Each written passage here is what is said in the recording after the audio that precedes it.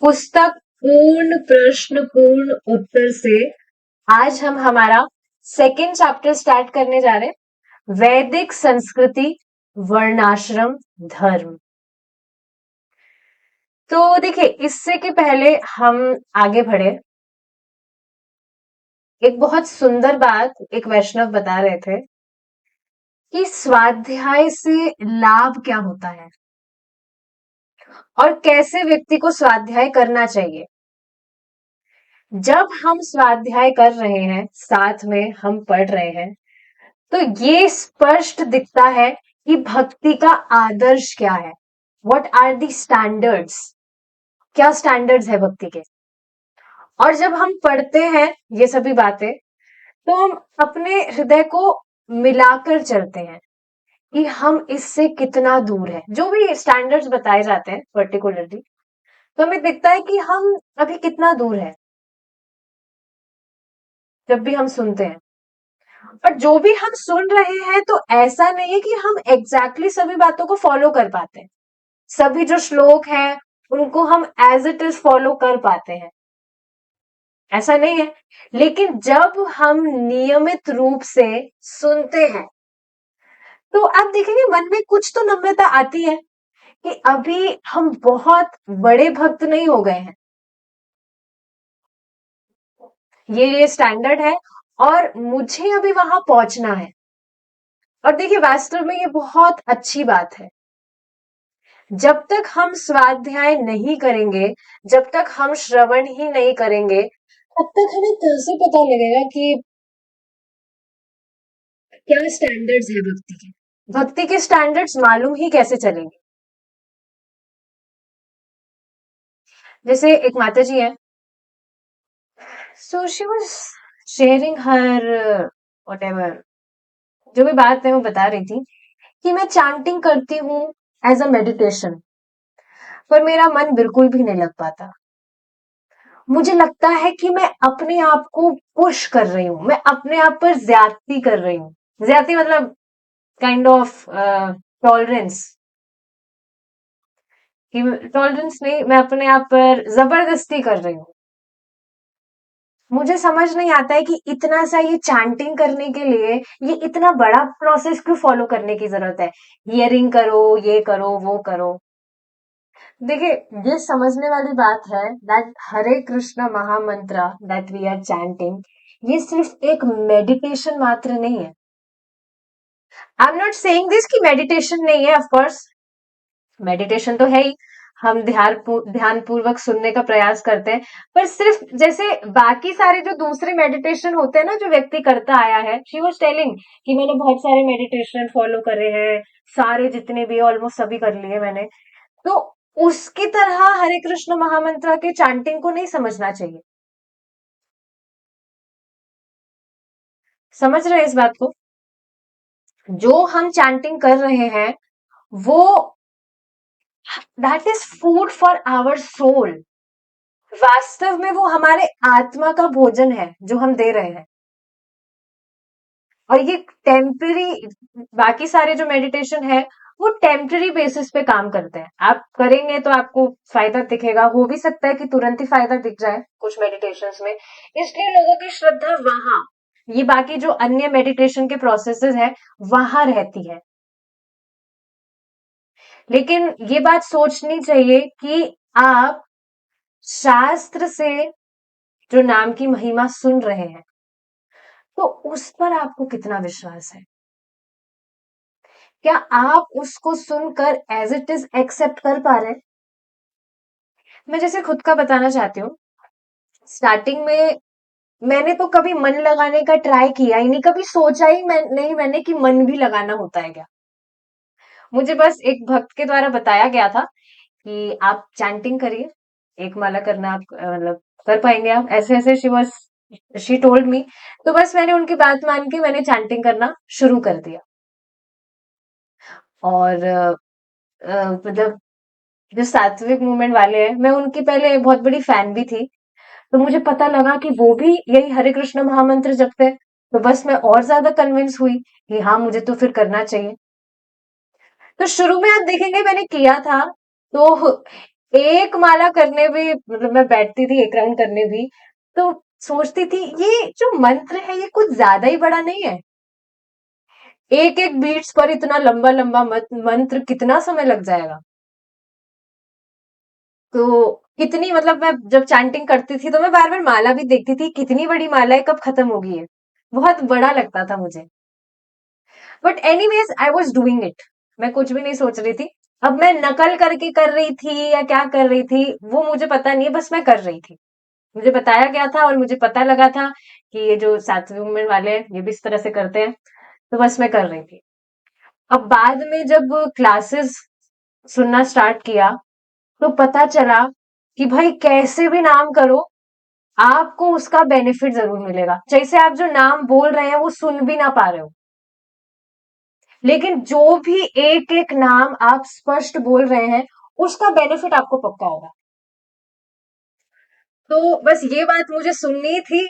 तो आई was just focusing कि मुझे एकदम क्लियर प्रोनाउंसिएशन करना है, एकदम स्पष्ट नाम बोलना है। अब मन लगाने पे तो शुरू से कुछ ध्यान था भी नहीं, और अब सुनने पे भी मैं ध्यान लगाऊं ऐसा भी कुछ भी मेरे दिमाग में नहीं था।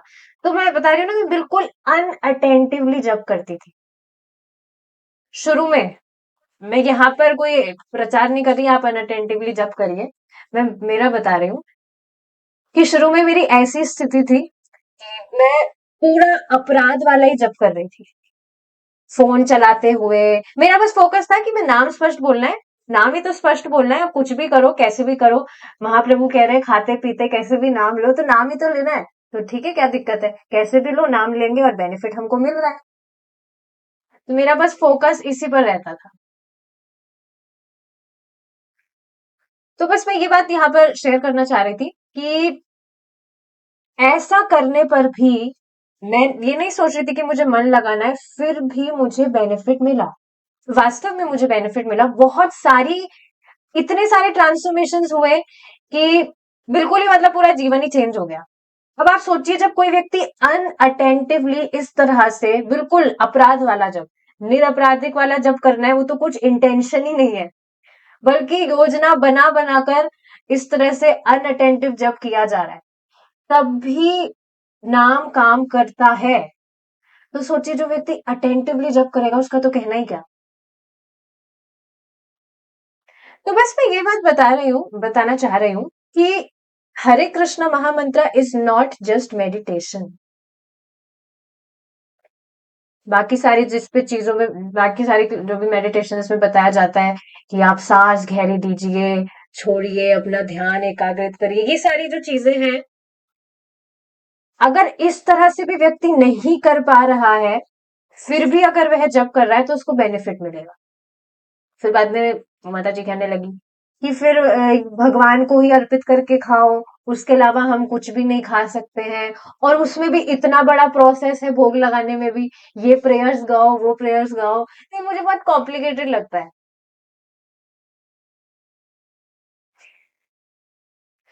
तो ये बात मैं उनको बता रही थी कि अगर सबसे पहले देखिए ये भी क्लियर होना चाहिए कि हम जो भी कर रहे हैं उसको हम कर क्यों रहे हैं।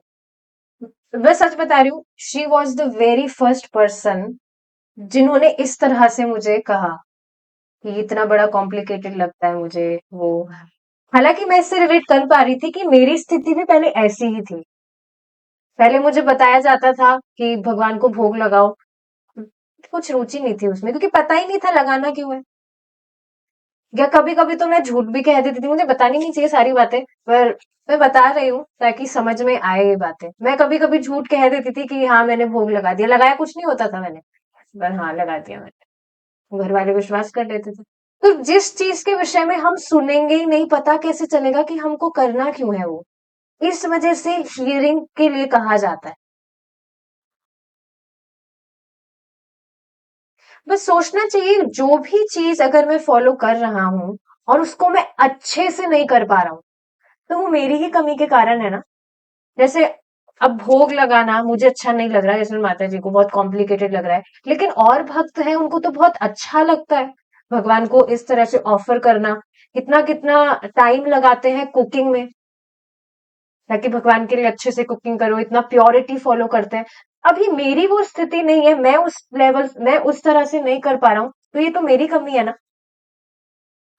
या जो भक्त नाम जप कर रहे हैं, 16 राउंड्स डेली कर रहे हैं, चाहे से उनका मन लगे या ना लगे, कभी ब्लिसफुल लग रहा है, कभी नहीं लग रहा है, तब भी वो नियमित रूप से कर रहे हैं, पर मैं नहीं कर पा रहा, तो ये मेरी कमी है ना। ऐसा नहीं है जो प्रोसेस बताया जा रहा है उसमें कुछ कमी है, क्योंकि जिनसे भी हमें पता लगा है या जो भी ग्रेट वैष्णवाज रहे हैं, वो कितना नाम में एब्सॉर्ब रहते थे, पर मेरा अभी वो स्टेज नहीं है। तो इसका अर्थ ये नहीं कि वो ये जो प्रोसेस है उसमें कुछ कमी है, या वो मुझ पर तो कृपा कर रहा है, मुझ पर तो कृपा नहीं कर रहा है और वो बाकियों के लिए है, मेरे लिए वो काम नहीं कर रहा है। लेकिन ऐसा नहीं है, क्योंकि ये जो नाम जप है, श्रवण है, ये सभी पर समान रूप से कार्य करता है। अभी मैंने वो जो अनअटेंटिव वाला आपको बताया ना, मेरा जो रहा है, वो मैंने इसी वजह से बताया कि कोई व्यक्ति योजना बना के कर रहा है कि मुझे बिल्कुल अनअटेंटिवली ही करना है। मैं ये नहीं कह रही हूँ आप अनअटेंटिवली करिए, लेकिन नाम प्रभु इतने, मतलब ही सो मर्सीफुल, कोई भी व्यक्ति कैसे भी कर रहा है उसको बेनिफिट मिलेगा, कोई भी भेद नहीं देखता है। हम तो फिर भी आप देखेंगे भेद देखने लगते हैं कि ये जो व्यक्ति है, ये तो कैसा दिखता है, पता नहीं, कुछ भी, मतलब कुछ भी एक्सटर्नल चीजें हम देखते हैं, भेद देखते हैं, लेकिन नाम प्रभु बहुत कृपालु है, भगवान का जो नाम जब हम कर रहे हैं, तभी तो ध्यान पूर्वक नहीं भी करने से भी लाभ होता है। बस ध्यान पूर्वक करने से जो लाभ होता है, वैसा लाभ नहीं होता है, बहुत कम लाभ होता है। तो जब हम टाइम लगा ही रहे हैं, तो क्यों ना अच्छे से चैंटिंग किया जाए। तो ये कुछ बातें थी जो समझने वाली है। एक और बहुत सुंदर बात भक्त बता रहे थे कि नौ सिखिया भक्त कौन होता है। कोई अपने कुछ रियलाइजेशन शेयर करना चाहेंगे इस पे, कौन होता है नौ सिखिया भक्त?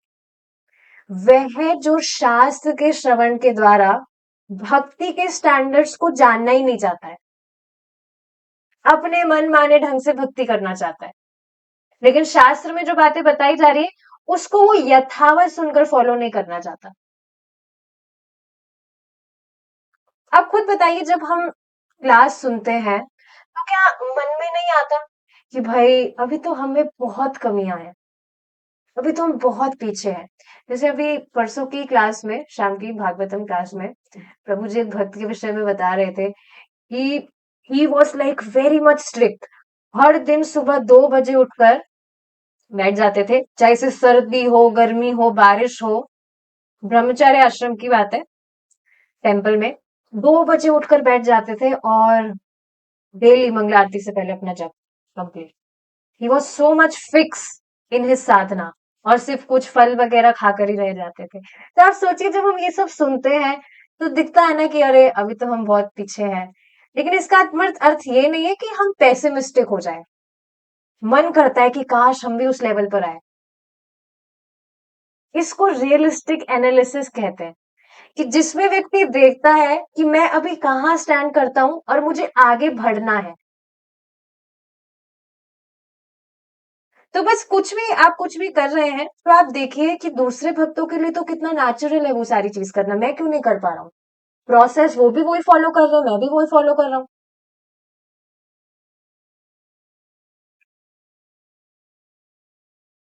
देखिए, ऐसा बिल्कुल भी नहीं है कि जो भी भजन हम कर रहे हैं उसका फल हमें कल तुरंत ही मिल जाएगा। ये भी एक बात थी जो उस टाइम पर बताई गई थी कि अभी नाम जब कर रहे थे, जैसे अभी आपको रिजल्ट नहीं दिख रहा हो, पर उसका बेनिफिट आपको मिलेगा, आगे जाके पता लगेगा। तो ये सारी बातें मैंने सुन ली थी, तो बस आई वॉज जस्ट कन्विंस्ड, कुछ भी हो अपन को माला करना है, नो टेंशन। मन लगे ना लगे, नो टेंशन। पर योजना बनाकर मन नहीं लगाने की योजना नहीं बनानी चाहिए, that will be an offence. पर मैं उस टाइम पर ऑफेंस वाला चैंटिंग कर रही थी, क्योंकि मुझे पता नहीं था कि ऑफेंस होता है, और अब जब पता लग जाता है तो फॉलो करना चाहिए। तो ऐसा बिल्कुल भी नहीं है कि हम आज जो भजन कर रहे हैं उसका फल हमें कल तुरंत ही मिल जाएगा। जैसे समझिए, इस भौतिक जगत में रिजल्ट्स बहुत जल्दी मिल जाते हैं, कोई भी जैसे व्यक्ति कर्म कांड करता है तो उससे उसे कुछ जल्दी हासिल हो जाएगा, कोई बीमारी है वो ठीक हो जाएगी, या कुछ भी उपलब्धि है वो जल्दी प्राप्त हो जाती है। लेकिन भगवान कृष्ण का प्रेम प्राप्त करने में समय लगता है। छोटी मोटी चीज नहीं है भगवान का प्रेम प्राप्त करना।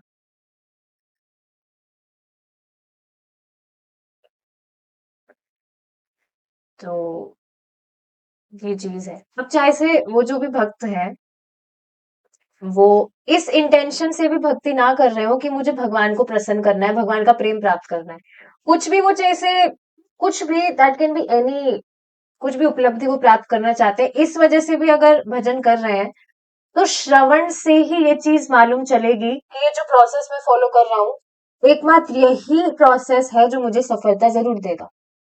सोचिए ना, हमारी जो नेचुरल स्टेट है, that we are fragmental part of Krishna, उनको संतुष्ट करके ही मुझे असीमित सुख का अनुभव होगा, लेकिन उसका बिल्कुल ऑपोजिट हो रहा है। तो ये हमारी बीमारी के कारण ही है ना, हम बीमारी से ग्रसित है, उसके कारण ही तो हमारी ये दशा है।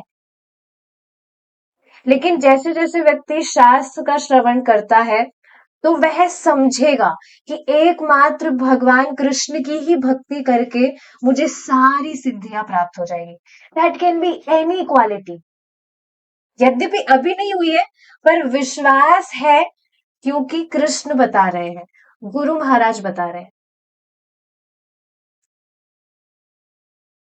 काफी सारी बातें हैं जो मुझे आज बतानी है, उसके बाद ही हम आगे बढ़ेंगे। एक बार श्रीला प्रभुपाद जी की बात है, कोई व्यक्ति किसी भक्त को निरुत्साहित करने के लिए कह रहा था कि ये तुम जो भगवान को भोग लगाते हो, कैसे पता है एक्सेप्ट भी करते हैं, दिख रहा है कभी कम हुआ तुम्हारा भोजन, हुआ है एक चपाती भी कम हुई है कभी? तो श्रीला प्रभुपाद जी उस व्यक्ति को कहते हैं कि भाई देखो, मैं तो एक नंबर का मूर्ख व्यक्ति हूँ, मतलब इस तरह से प्रभुपाद जी अपने आप को एक मतलब इस स्थिति में रखते हुए बोल रहे थे कि मैं तो एक नंबर का मूर्ख हूँ। लेकिन गुरु महाराज ये बात बता रहे हैं कि भगवान हमारा खाना स्वीकार करते हैं, भगवान कृष्ण स्वयं बता रहे हैं कि वो हमारा खाना स्वीकार करते हैं, शास्त्र बता रहे हैं। तो आप तो तीसरे व्यक्ति है ना, मैं आपकी बात क्यों सुनूं, आपकी बात हम क्यों सुने, आप भी तो हमारी ही तरह एक साधारण व्यक्ति हैं। देखिए, इस बात को, ये बहुत छोटी सी बात लग सकती है, लेकिन ये बहुत इंपॉर्टेंट चीज है। हमारे आसपास हमें कोई भी व्यक्ति कुछ भी भक्ति से रिलेटेड बात कह देता है, तुरंत ये दिमाग में आना चाहिए कि क्या वो शास्त्र पढ़ के आया है जो वो हमें इस तरह से कॉन्फिडेंटली कुछ भी बता रहा है तो हम उसको स्वीकार कर लें। मतलब निरुत्साहित करने के लिए कि तुम जो भक्ति कर रहे हो तुम टाइम खराब कर रहे हो, या वो कर रहे हो, ये कर रहे हो। शास्त्र सुनकर आया है क्या वो? उसको शास्त्र से कुछ मतलब ही नहीं है, वो पूरा जीवन जो करके आया है वही वो बोले जा रहा है, तो क्यों ही हमें उसकी बात सुननी है? तो बेसिकली मैं यहाँ पर ये बात बताना चाह रही हूँ कि कोई नया भक्त भी है, अगर वो श्रवण करता है, तो उसको दृढ़ विश्वास हो जाता है कि भक्ति करके ही मुझे सफलता प्राप्त होगी, भक्ति करके ही मैं सारी सफलता को प्राप्त करूंगा, इसलिए बार बार हियरिंग करने के लिए कहा जाता है। तो अब अगर वो माता जी क्लास सुनेंगे तो उनको पता लग जाएगा क्यों हियरिंग पर फोकस किया जा रहा है। चलिए, let's start now, will move forward. तो टॉपिक है वैदिक संस्कृति, वर्णाश्रम धर्म। मैंने भक्तों से प्रश्न किया है कि अपने संबंधों में मैथुन के प्रति उनकी कैसी अनुभूति है। उन्हें जैसा अनुभव होता है उसे मैं समझता हूँ, किंतु मैं उसी प्रकार से व्यवहार नहीं कर सकता हूँ। देखिए, इस ग्रीष्म ऋतु के अंत में मैं विवाह करने वाला हूँ। इस ग्रीष्म ऋतु के अंत में सितंबर अथवा अगस्त माह में जब मैं अमेरिका वापस जाऊंगा तब मेरा विवाह होगा। भक्तगण कहते हैं कि गृहस्थ केवल संतान प्राप्ति के लिए संभोग करते हैं, किंतु मैं ऐसी स्थिति में अपनी कल्पना भी नहीं कर सकता हूँ, तथा इस भौतिक जगत में रहते हुए व्यक्ति किस प्रकार का यौन जीवन व्यतीत कर सकता है। वैदिक सिद्धांत यह है कि व्यक्ति को यौन जीवन से पूर्ण रूप से बचना चाहिए। भौतिक बंधन से मुक्ति प्राप्त करना ही संपूर्ण वैदिक सिद्धांत है। भौतिक सुख के लिए विभिन्न उपकरण है, जिनमें से काम जीवन सर्वोच्च सुख है, माना जाता है। भागवतम का कहना है कि यह भौतिक जगत पुंसः स्त्रिया मिथुनी भावमेतम पुरुष स्त्री से तथा स्त्री पुरुष से आसक्त होती है। ऐसा न केवल मानव समाज में होता है, अपितु पशु समाज में भी होता है। तो देखिए, यहाँ पर जो बात बताई जा रही है, इससे क्या मतलब प्रभुपाद जी क्या बताना चाह रहे हैं यहाँ पर? जब तक व्यक्ति अपनी इंद्रियों को सहमित नहीं करेगा, भगवान की प्रेम प्राप्ति में बहुत कठिनाई आएगी। और उसमें सबसे बड़ी बाधा है जिस पर अभी यहाँ पर चर्चा हो रही है, टॉप मोस्ट बाधा। इनफैक्ट भगवान कृष्ण स्वयं ये बात गीता में बताते हैं। एक श्लोक है, अपक्व अपक्व कषाया नाम, ऐसे कुछ श्लोक है, दुर्दर्शो कुयोगी नाम। तो भगवान यहाँ क्या बता रहे हैं? जिसका कषाय अविपक्व है, मतलब जो भी ये वासनाएं हैं, काम वासनाएं, ये अभी तक पकी नहीं है, मतलब उसकी कुल हे बुद्धि नहीं हो गई है कि ये सेंस ग्रेटिफिकेशन कितनी खराब चीज है। तो जब तक किसी व्यक्ति की इस तरह से हे बुद्धि नहीं हो गई है इंद्रिय तृप्ति को लेकर, तो वह योगी मेरा दर्शन कैसे कर सकता है? इस तरह से भगवान कृष्ण गीता में बताते हैं। तो समझना चाहिए, जितना व्यक्ति इंद्रिय संयमित करता है, व्यक्ति उतना ही सुखी होता है। जैसे मैं आपको ये बात बताना चाहती हूँ, प्रैक्टिकल चीज है। अभी कुछ मैं मतलब I was just looking for some raw diet and all, ताकि थोड़ा खाने पीने में मति टूट जाए, खाने पीने में ज्यादा टाइम ना लग जाए। तो मैं कुछ रॉ डाइट वगैरह फॉलो कर रही थी, तो मतलब प्रयास कर रही हूँ अभी। इट्स नॉट लाइक मैं 100% फॉलो कर पा रही हूँ। मैं यहाँ कुछ प्रचार नहीं कर रही हूँ, ये सब मैं बस आपको एग्जाम्पल के लिए बता रही हूँ, या कुछ भी सात्विक लाइफस्टाइल कि आपको बिना तेल का खाना खाना, ये मैं कुछ प्रचार नहीं कर रही हूँ, बस मेरा अनुभव बता रही हूँ। तो उसमें आप देखेंगे, जब भी लाइक बिल्कुल मैं बता रही हूँ कि इस तरह से जब मैं एक दिन भी बिल्कुल सिस्टमैटिकली सारी चीजें फॉलो करती हूँ, so I feel so much satisfied, मतलब बहुत पीसफुल महसूस होता है।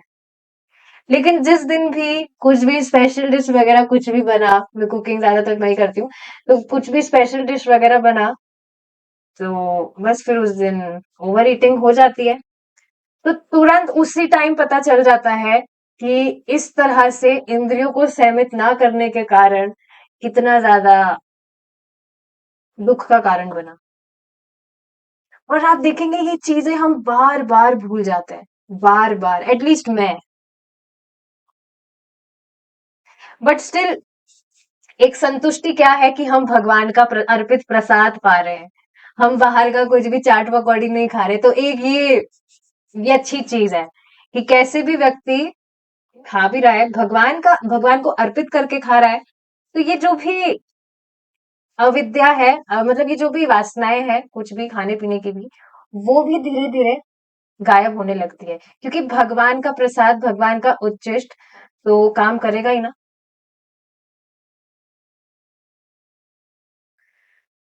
आप देखेंगे, एक बात कहीं पर बताई गई थी, बहुत हैवी बात थी वो, दैट सेंस ग्रेटिफिकेशन व्यक्ति को लगता है कि वो एंजॉय कर रहा है जब भी वो इंद्रिय तृप्ति करता है।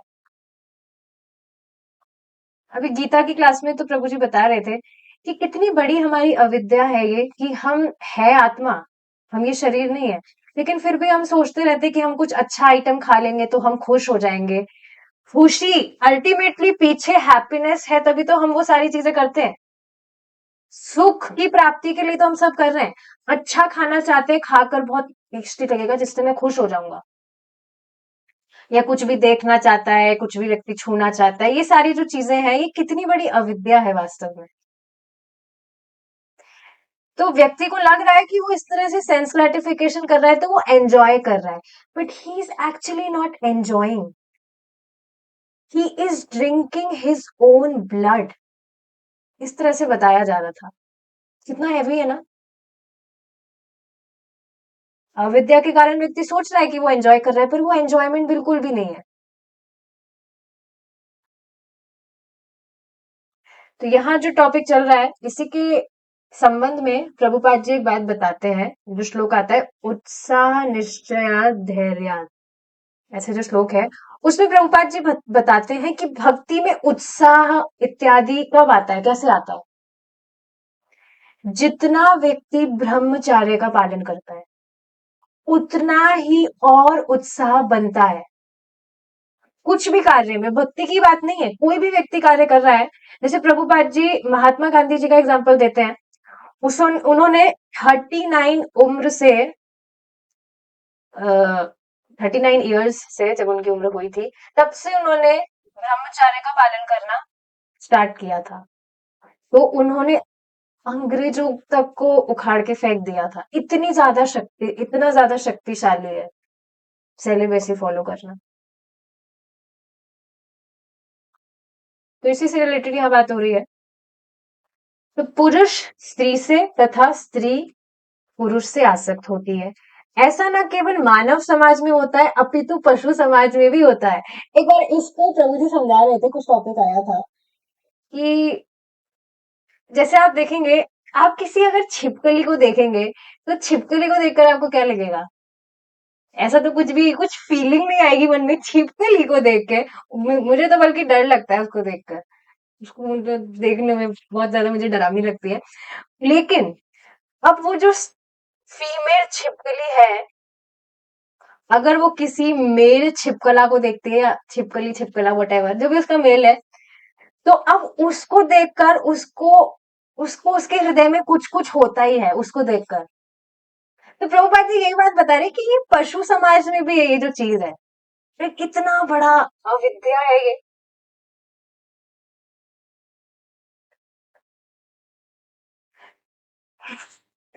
तो ये बात है, यह है आसक्ति भौतिक जीवन का आधारभूत सिद्धांत है। प्रभुपाद जी बताते हैं कि हमारी एकमात्र जो हमारा रीजन है इस भौतिक जगत में फंसे रहने का, वो है हमारी काम वासनाएं, और कुछ भी रीजन नहीं है। क्योंकि आप देखेंगे इन डिजायर्स को पूरा करने की वजह से ही व्यक्ति को कृष्ण की विस्मृति होती है, कृष्ण को भूल जाता है वो। समझ पा रहे, कुछ भी डिजायर मन में आएगी तुरंत कृष्ण की विस्मृति हो जाती है उसी क्षण। तो हमारा एकमात्र इस भौतिक जगत में फंसे रहने का कारण है हमारी इच्छाएं। लेकिन आप देखेंगे भगवान का नाम जप, भगवान की भक्ति व्यक्ति जैसे जैसे करता है, इतनी सारी इच्छाएं तो ऑलरेडी गायब कर दी है भगवान ने, बिल्कुल इतने से समय में। तो ये हियरिंग करने से ही बार बार और हम स्थिर होते जाते हैं कि हाँ, एकमात्र जो प्रोसेस हम फॉलो कर रहे हैं यही हमें पूर्ण सफलता देगा।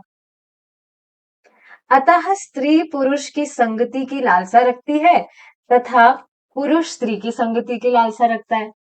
अब इससे मैं आपको एक समझाना चाहती हूँ कुछ। इसको देखिए, एक एग्जांपल से समझते हैं। जैसे यहाँ पर मेरे सामने ये लैम्प टाइप है कुछ, जिससे लाइट आ रही है। तो आप देखेंगे कुछ भी साधारण सा लैम्प जो देखा होगा, फोटो वगैरह गूगल पे भी आप देखा ही है आपने, तो उसका बाहर का जो स्ट्रक्चर होता है जिसको हम कहते हैं खोखा, खोखा ही तो है वो। जैसे पैन का जो बाहर का जो होता है उसको खोखा ही तो बोलते हैं, और उसके अंदर जो फिल होती है।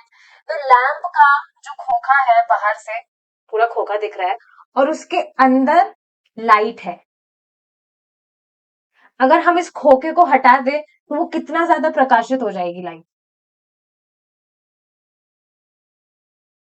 जैसे आपने कुछ देखा होगा, कुछ बच्चों के खिलौने वगैरह आते हैं, उसमें भी कुछ लाइट्स वगैरह होती है अंदर। तो उस खोखे से कवर होने के कारण वो जो लाइट है वो थोड़ी कम रोशनी देती है। पर उस खोखे को, अगर उस खिलौने को खोल दिया जाए तो वो लाइट और ज्यादा प्रकाशित होती है। खोखा दिख रहा है। तो वास्तव में हमारा ये जो शरीर है, जो भी हम देखते हैं, ये क्या ये क्या है? खोखा ही तो है ये। और इसके अंदर जो चमकीला मतलब जो चिन्मय पदार्थ है आत्मा, वो इतना थोड़ा सा है, बहुत थोड़ा सा है, बाल के अग्रभाग का 10,000वां हिस्सा। तो व्यक्ति इस खोखे को ही तो देख रहा है, जो वह है ही नहीं, या कोई भी व्यक्ति है ही नहीं। तो प्रभु जी ने समझाया था, मैं उसको रिपीट कर रही हूँ बहुत ही मतलब अमेजिंग वे में। अब अगर कोई व्यक्ति खोखे को मतलब खोखे को ही देख रहा है और खोखे को देखकर बोलता है, I love you, I love you so much, मुझे बहुत याद आ रही है तुम्हारी, इसकी, खोखे की।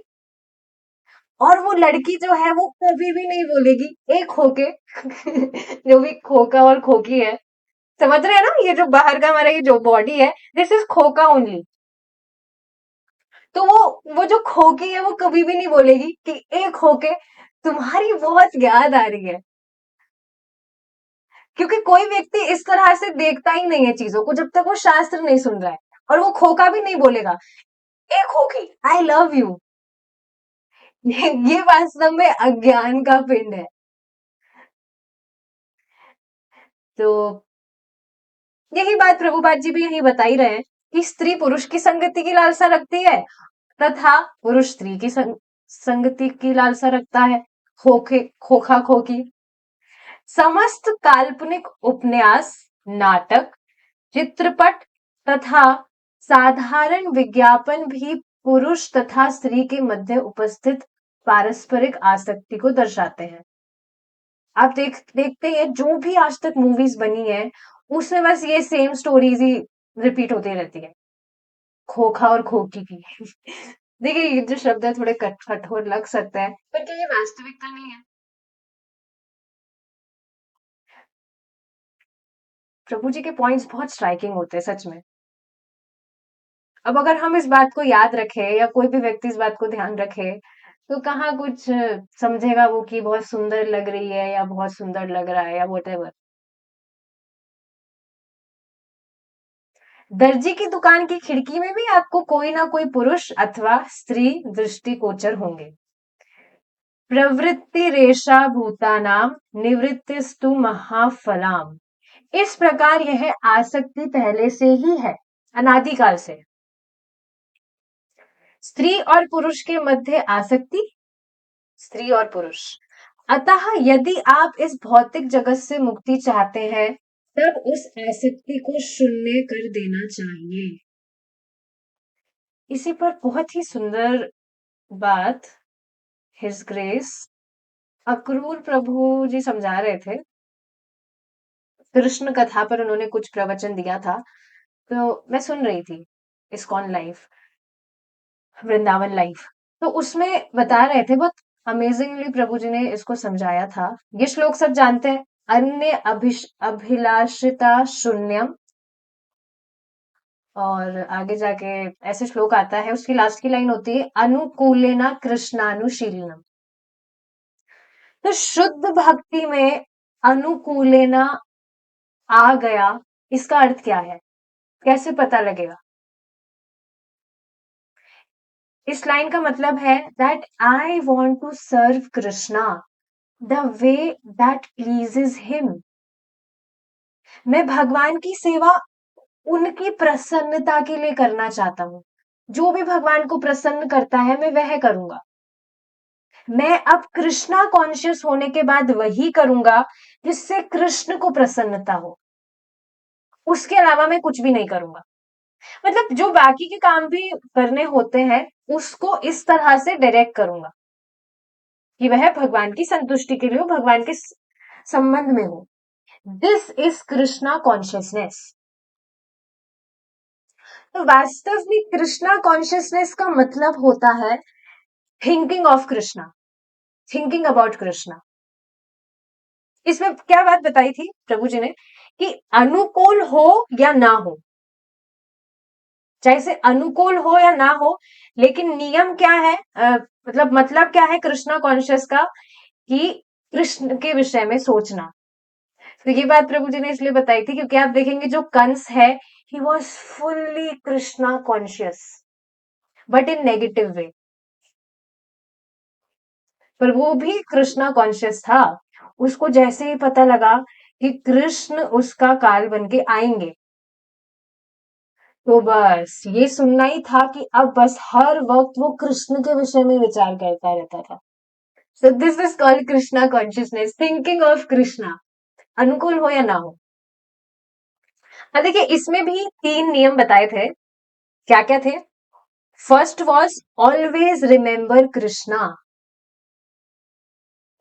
Second, never forget Krishna.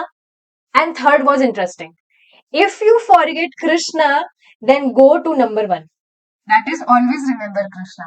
Krishna को हमेशा याद करना है। मैं हमेशा कृष्ण को याद करूंगा, मतलब ऐसा बोलने से नहीं होता, करना है उसको। कृष्ण को कभी मत भूलो, और अगर भूल गए तो वापस से नंबर 1 पर जाओ। तो कंस इस तरह से पूरी तरह कृष्णा कॉन्शियस हो गया था, he was always on number 1।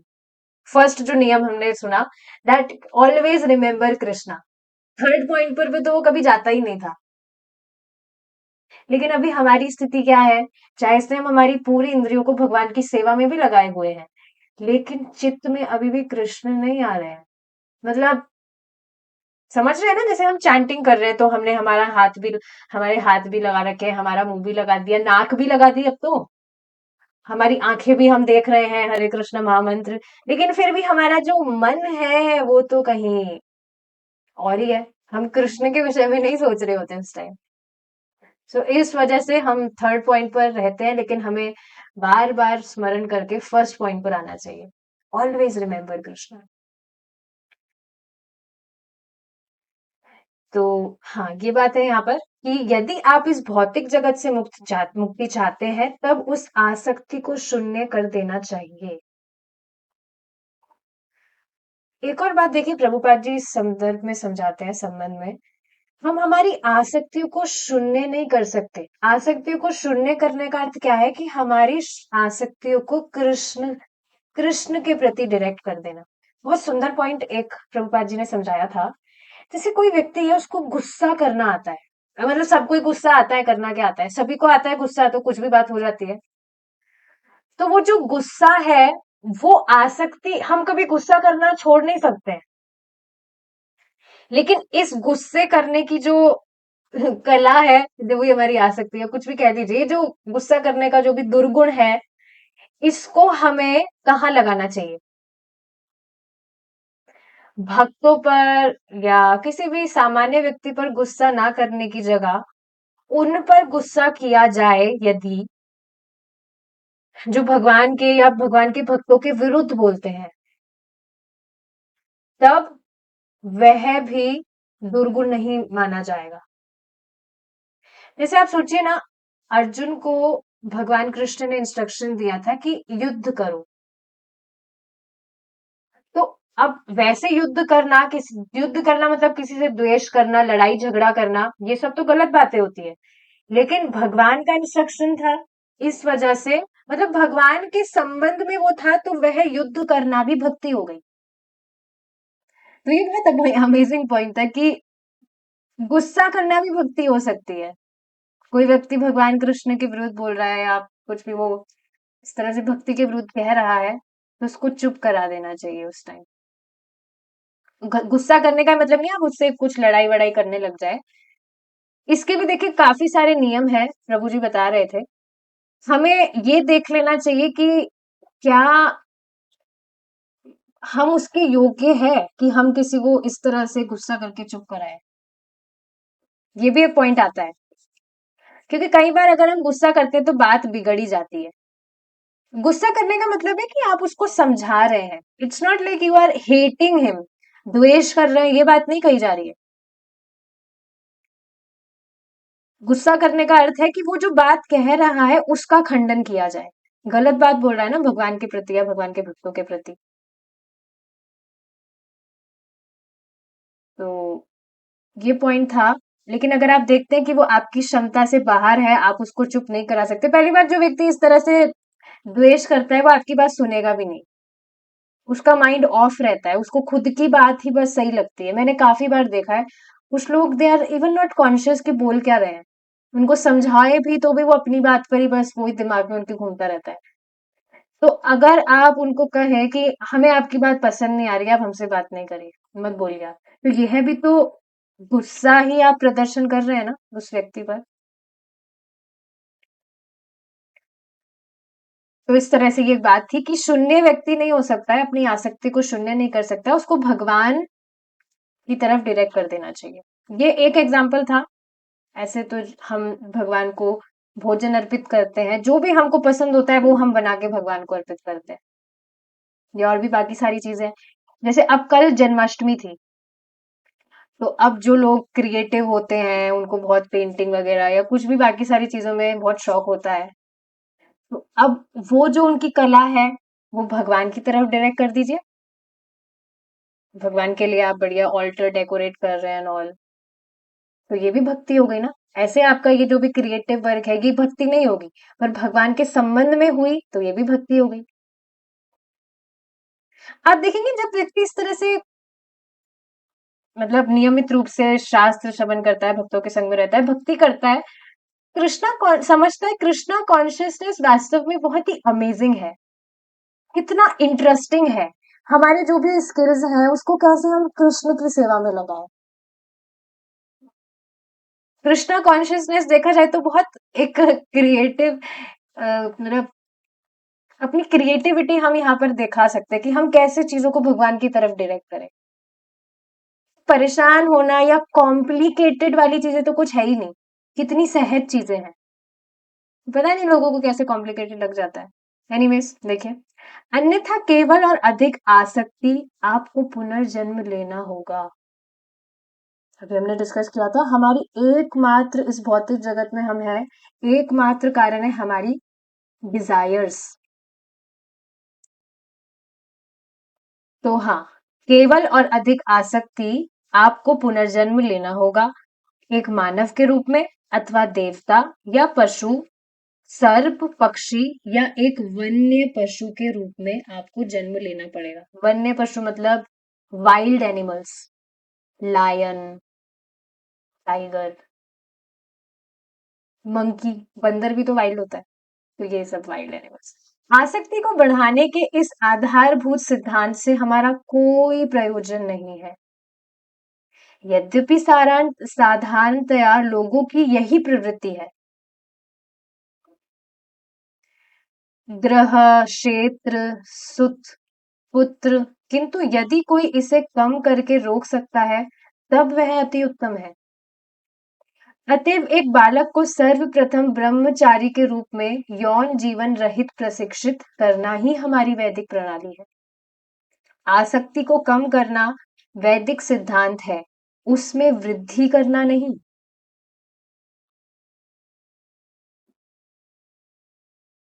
तो यही बात यहाँ समझाई जा रही है कि व्यक्ति को जितना हो सके अपनी इंद्रियों को सीमित करना चाहिए। आसक्ति को कम करना वैदिक सिद्धांत है, उसमें वृद्धि करना नहीं। और आप देखेंगे लोग इसी में तो लगे हैं, इसमें ही तो वृद्धि कर रहे हैं वो, प्रोग्रेस।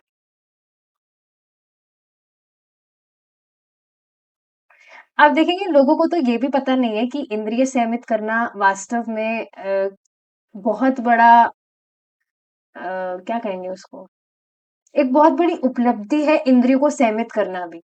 सामान्यतः लोगों को ये भी नहीं पता है, वो सोचते हैं तो पागल है, कुछ भी अपना जीवन व्यर्थ कर रहे हैं, अपनी कुछ भी लाइफ एंजॉय नहीं कर रहे हैं। लेकिन समझते नहीं है कि जो साधु जन रहे हैं, सुनते हैं ना हम कि वो कैसे तपस्या करते हैं अपनी इंद्रियों को संयमित करने के लिए। हम तो ऐसे कुछ तपस्या कर भी नहीं रहे हैं, तो क्यों कर रहे हैं? इंद्रिय संयमित क्यों करते हैं वो? किसको एंजॉयमेंट नहीं चाहिए? सभी तो चाहता है ना लाइफ एंजॉय करें, लेकिन ये लोग इंद्रिय संयमित क्यों कर रहे हैं? इनको ऐसा क्या मिल रहा है इंद्रिय संयमित करने में? जो वस्तु भोग करने में भी नहीं है, वह सुख व्यक्ति को इंद्रिय संयमित करने से प्राप्त होता है। तभी तो तपस्या कर रहा है वो, नहीं तो तपस्या क्यों करेगा? वो कोई पागल तो नहीं है ना जो बिना मतलब की तपस्या करेगा। क्योंकि ये समझ नहीं आता है लोगों को बात। और आप देखेंगे इस तरह के जो लोग होते हैं वो हमेशा बहुत ही परेशान ही रहते हैं। कभी देखा है आपने किसी व्यक्ति को जो बहुत ज्यादा आसक्तियों में फंसा है और वो शांत हो? कभी शांति उसके चेहरे पे दिखेगी ही नहीं आपको।